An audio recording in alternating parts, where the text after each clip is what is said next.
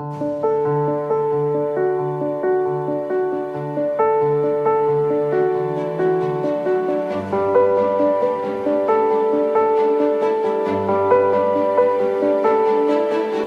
лейтенант Жанышев Акашбек Жанышевич, Кыргыз Республикасынын Куралдуу күчтөрүнүн Советтер Союзунун баатыры генерал-лейтенант Калымбек Усенбеков атындагы аскеримиздин аяктап жатабыз.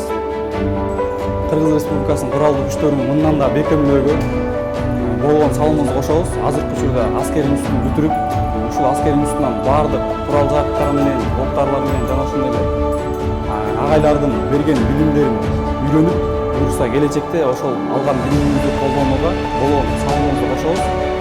Ушунун менен пайдаланып, Кыргыз Республикасынын Куралдуу күчтөрүнүн аскеримиздин жалпы жамаатына терең ыраазычылыгымды билдирип кетким келет.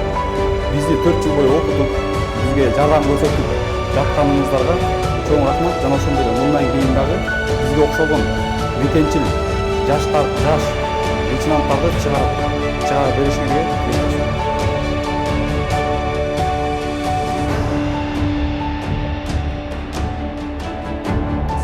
Я, лейтенант Кузурманкулов Талгат Макенович, сегодня оканчиваю военный институт вооруженных сил Кыргызской Республики.